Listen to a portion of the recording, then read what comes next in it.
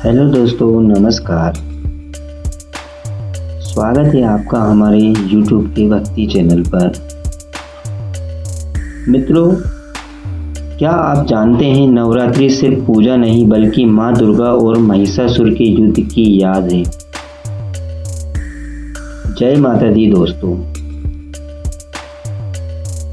सुनने और सुनाने का समय आ गया है उस अद्भुत कथा का जो हर नवरात्रि में हमें याद दिलाती है कि बुराई कितनी भी बड़ी क्यों ना हो, धर्म और शक्ति के आगे उसका अंत निश्चित है। और आज की कथा है माँ दुर्गा और महिषासुर के युद्ध की, जो पूरे 9 दिन और रात चला और जिसके कारण हम नवरात्रि का पर्व मनाते हैं। महिषासुर का उदय। बहुत समय पहले एक असुर था महिषासुर। वह अत्यंत बलशाली परंतु अहंकारी था।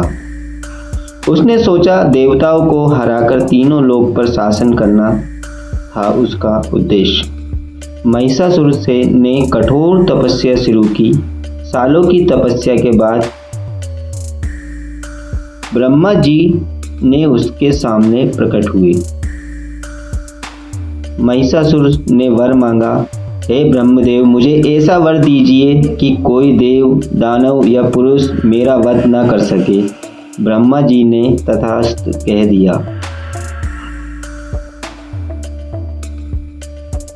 यही वरदान महिषासुर के अहंकार की जड़ बन गया। उसने सोचा, अब तो मुझे कोई नहीं मार सकता। उसके अत्याचार की सीमा दोस्तों, वरदान पाते ही महिषासुर ने अपनी सेना संग स्वर्ग पर आक्रमण कर दिया। इंद्रदेव हार गए, देवता भाग गए।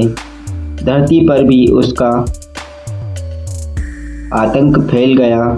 साधु संतों ने यज्ञ भंग कर दिए जाते थे। साधु संत जो हमारे महात्मा पहले यज्ञ करते थे उसको भी वो लोग भंग कर देते थे। धर्म नष्ट होने लगा। चारों ओर भय और अंधकार छा गया। देवता परेशान होकर ब्रह्मा, विष्णु और महेश, भगवान ब्रह्मा, भगवान विष्णु और भगवान महेश के पास पहुंचे और विनती की, प्रभु, अब केवल आपकी शक्ति ही हमें बचा सकती है।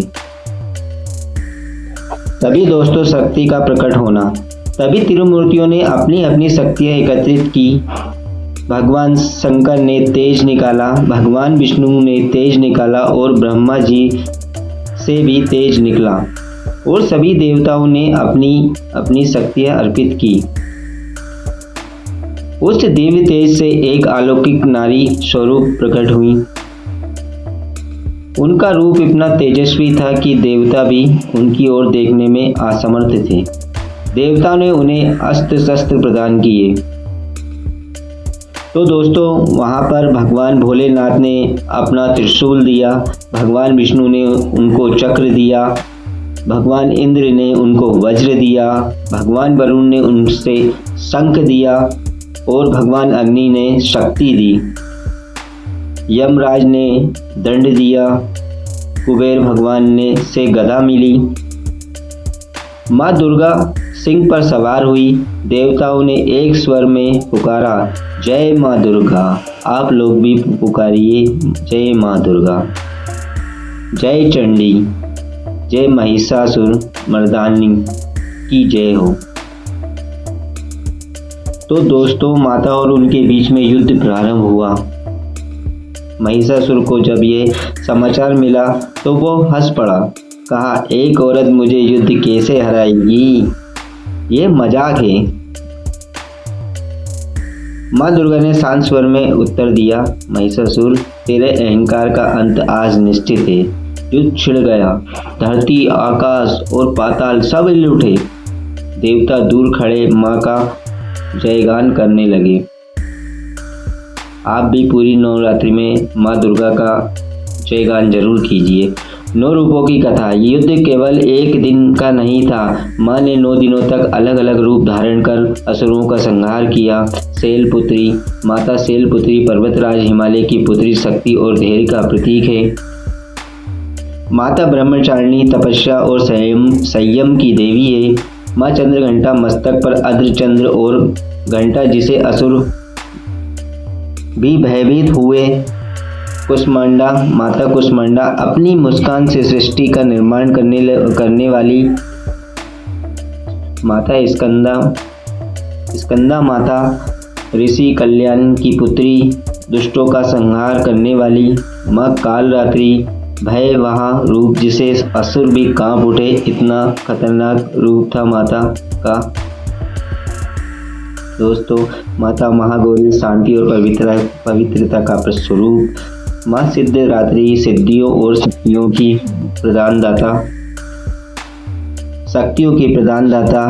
हर दिन एक नया रूप और नई शक्ति से माँ ने महिषासुर की सेना को परास्त किया।